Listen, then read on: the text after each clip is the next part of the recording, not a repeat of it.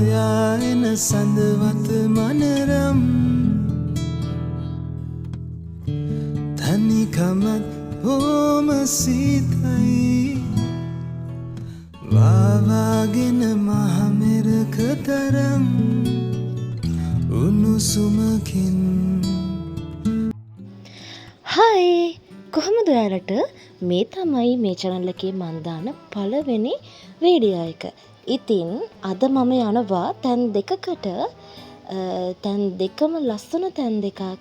ඉතින් වීඩියෝ එක ඉස්සරහට බලන් ඉන්න මං යන්නේ කොහෙද කියලා.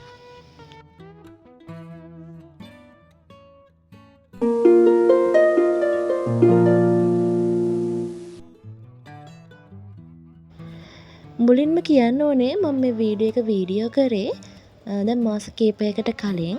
හැබැයි මට දාන්න බැරි වුණා මේක.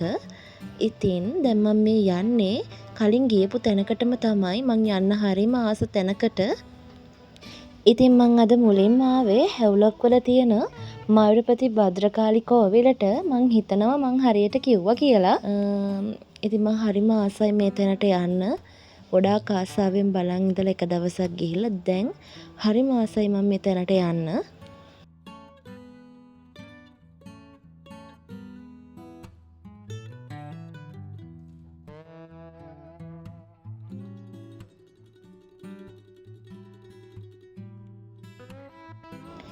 එතනට ගිහිලා අනිත් තැනට යන්න තව වෙලා තියෙන හින්දා අපි හැපැක තියෙන හැවුලොක් එකට ගියා.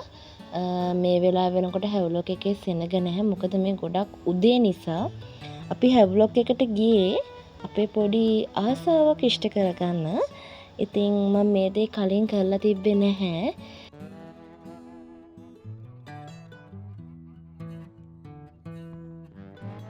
මෙන්න මේක තමයි මට කරන්න ඕනි උනේ. හැබැයි 3-4 පාරක්ම try කරා. හරි ගියේ නැහැ. මෙතන මොකක් හරි සිස්ටම් එකක් ඇති එකක් ලැබෙන. ඊළඟට ඉතින් කන්නඩිය ළඟට ඇහිලා මූණත් බලාගෙන ඊළඟට යන්න ඉන්න තැනට යන්න අපි පිටත් වෙනවා.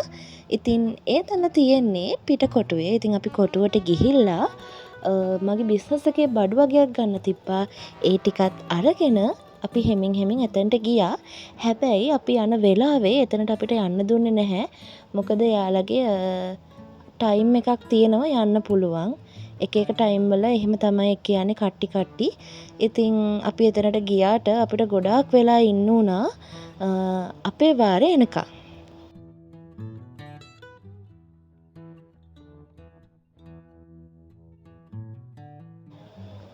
මෙතනට තමයි අපි ආවේ. හැබැයි මේ ගේට්ටුව නෙමේ. එහා පැත්තේ ගේට්ටුව ළඟට තමයි අපි යන්න ඕනේ. එතනින් තමයි අපිව ඇතුළට ගන්නෙ. මට ඒ පාර මතක නැහැ. කොහොම හරි ඔය රිබන් ඒ වගේ බඩු තියෙන්නේ. අනේ එතන තමයි ඒ ගේට්ටුව තියෙන්නේ. ඉතින් මේක එළියෙන් දැකලා අපි හිතුවේ ඉතින් අපිට ඇතුළට යන්න බැරි වෙයි කියලා. නමුත් YouTube එකේ වීඩියෝ එකම දැක්කා මේක ඇතුළට ගිහිල්ලා අපිට බලන්න පුළුවන් කියලා. හැබැයි යන්න එයාලගේ තියෙනවා ඒගොල්ලන්ගේ දේවල් ටිකක් අපිට කරන්න. ඉතින් අපි මුලින්ම එයාලගේ ඇඳුමක් ඇඳ ගන්න ඕනේ. මම දන්නේ නැහැ මේ ඇඳුමට කියන හරි නම මොකක්ද කියලා. ඉතින් එළියෙන් දැක්කට ඇතුළ මෙන්න මෙහෙමයි කියලා දැක්කේ එදා. ඉතින් හරිම ලස්සනයි. කොහොම හරි තට්ටු 5ක් 6ක් වගේ තියෙනවා මට මතක විදිහට. මේගොල්ලෝ ඒක ගැන හරි ලස්සනට විස්තර කරා මෙතන ඉන්න කෙනෙක් අපිට. ගොඩක්ම ෆොරින් කට්ටිය තමයි මෙතනට ඇවිල්ලා තිබේ මේක බලන්න. එතකොට මෙයාලගේ මේ ඇඳුමක් ඇඳගෙන ගැහැණු ළමයින්ට විතරයි. එතකොට පිරිමි අයට ඒගොල්ලෝ මොන හරි ෂෝට්ස් වගේ ඇඳගෙන ඉන්නවා නම් එයාලට දෙනවා. සාමාන්‍යයෙන් ඒගොල්ලන්ගේ දිගට ඇඳගෙන ඉන්නවා නම් මේගොල්ලන්ගේ ඇඳුමක් අඳින්න ඕනේ නැහැ.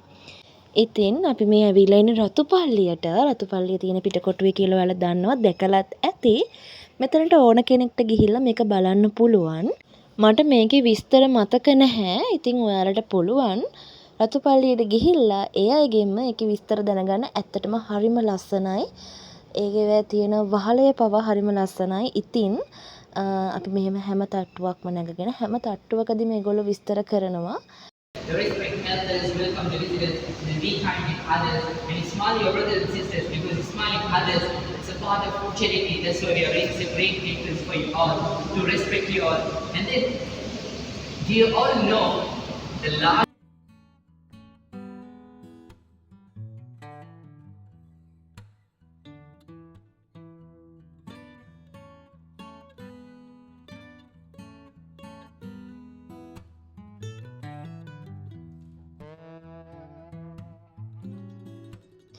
මේ තියෙන්නේ රතුපල්ලිය උඩම තැන. මෙතනට කොළඹ වරාය ඒ වගේම ඒ අවට හැමදේම අපිට පේනවා. ඉතින් මෙතන සාමාන්‍යයෙන් විනාඩි 15ක් වගේ අපිට ඉන්න පුළුවන්. ෆොටෝස් ගන්න පුළුවන්, වීඩියෝස් ගන්න පුළුවන්. ඒගොල්ලන්ගෙන් කිසිම බලපෑමක් නැහැ අපිට.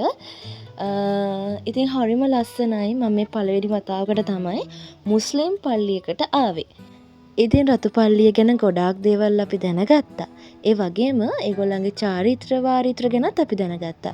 ඉතින් ඔයාලත් අනිවාර්යෙන්ම රතුපල්ලියට ගිහින් බලන්න. මේක හරිම ලස්සන අත්දැකීමක් වෙයි ඔයාලට.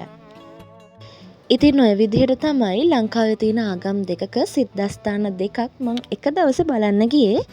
මේක ආගම් දෙකක වුණාට අපේ ලංකාවේ ඉන්න ඕනම මිනිස්සෙක්ට මේ දෙක බලන්න යන්න පුළුවන්. ආගම් ભેදයක් නැහැ. ඉතින් ඔය විදිහට මම මේ වීඩියෝ එක ඉවර කරනවා. ඊළඟ වීඩියෝ එකකින් ඉක්මනට හම්බ වෙමු.